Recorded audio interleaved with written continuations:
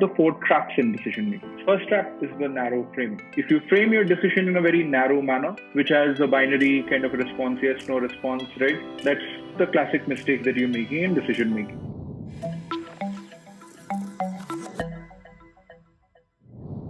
Welcome everyone. So you kind of covered the different steps in the process. So identifying the decision type through the decision matrix, framing the decision, gathering the evidence with using the looking forward, reasoning backward approach, looking from the different lenses, evaluating different alternatives, and how to minimize negative consequences, right? And finally, we come to reflecting on the decision, and we'll talk about how to avoid biases here. Okay, so let's first dive into biases. Let's see if you guys can relate to this. We've all been there. There's no shame in hiding on that front. I have myself done it. But this is just to kind of bring to the fore that these are some of the biases that kick in as we are making decisions. And we don't realize that these biases have already set in, right? And that's the biggest challenge, okay? In the entire decision-making process, if you're gathering evidence in a very biased manner, right, that itself shows that, okay, your decision-making is perhaps not going to be fully correct here, okay? So let's kind of keep moving forward and see how we can actually potentially kind of address these. So these are examples of confirmation bias and overconfidence bias, right? Overconfidence bias is also something which is very much prevalent, you would see. And like this is an example, right? We've allocated engineering resources on products that are not showing any traction just because I know that someday this will happen, right? Believe me, this will happen. This will take off. Till that point, allow me to invest in that particular product, right? So these are some of the kind of biases which usually set in our kind of role as product manager. It's very important to be wary of that. And how can you address it? Let's see, right? So that's where the wrap process actually comes in. So let's move on to the next one, which talks about the four traps in decision making. So first, let's understand the traps. First trap is the narrow framing. If you frame your decision in a very narrow manner, right, which has a binary kind of response, yes, no response, right? That's the classic mistake that you're making in decision making, right? And always keep this in mind. When you're framing the decision, just ask yourself this question: can this be answered with a simple yes or no? If that answer to that question is a yes, that means you're doing it wrong to begin with. Okay? Especially for strategic decisions that you need. So narrow framing is the first trap. What's the second trap? Confirmation bias. We pretend we want the truth. However, we are often looking for reassurance of our beliefs. The third one is the short-term emotion. How many times have we walked into a meeting and a decision has been taken after some heated arguments? Some heated arguments going on, people kind of really discussing, no, this should be this. The other person saying, no, you're not getting the point of view, it should be that. Finally, some decision comes out of that meeting room. So a lot of emotion at play. Our mind does not work in that particular way, right? The moment your mind is agitated, it's not in a state to make rational decisions. Time and time again, you will see yourself encountering this. And I found very simple tools actually to kind of have this handy, right? Two of the simplest tools, right, which everyone can do. Everyone can do it, and I'm doing it. I'm saying this with my personal experience. Me, 5 years ago, I had a reputation of being very aggressive during meetings, right? Right now, I don't think anyone says that, okay, you are very aggressive in meetings. Believe me, I've gotten that feedback myself that you're very aggressive in meetings, right?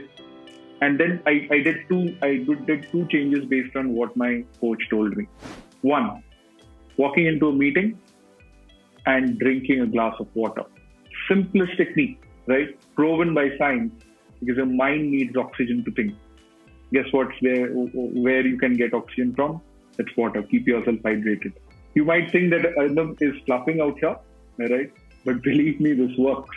Try it out for a couple of weeks and you will see the response, right? You will see the positive result. The second technique is the moment you feel your emotions are overpowering you, right? Just take a few 10 deep breaths. You will see yourself changing course of action immediately. Okay? So just try it out. Give it a couple of weeks, right? I can guarantee you will see the change. I've personally been through it. I've personally kind of seen these changes, and it just takes away that emotion part of it, right? So that's one of the things which I just wanted to call it out, because from personal experience I've seen that. Last bit, what's the fourth trap? Is overconfidence bias, right? We believe what we think about the future is correct, which often leads to a tunnel vision, right? That's overconfidence bias. So how can you actually address it? That's where the wrap process comes in. Okay, so what's the wrap process here? First, widen your options. And that is by including the right stakeholders in the decision-making process. Why? Because if you have too few stakeholders, it will kind of stifle objectives. You will not get a broader perspective. If you have too many, okay, then it will slow down progress. Which is why identifying the relevant stakeholders is very, very important, and involving them in the decision-making process. Second is reality test your assumptions.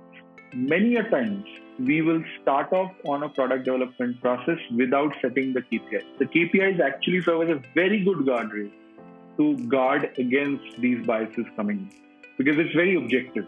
If you set out your KPIs before building a feature, you will avoid confirmation bias, right? Because you'll be having an objective criteria to measure yourself against, right? But do it before the product development process starts, not after it has started. Many a times we do it after it has started, right? And that's where the bias is already crept in.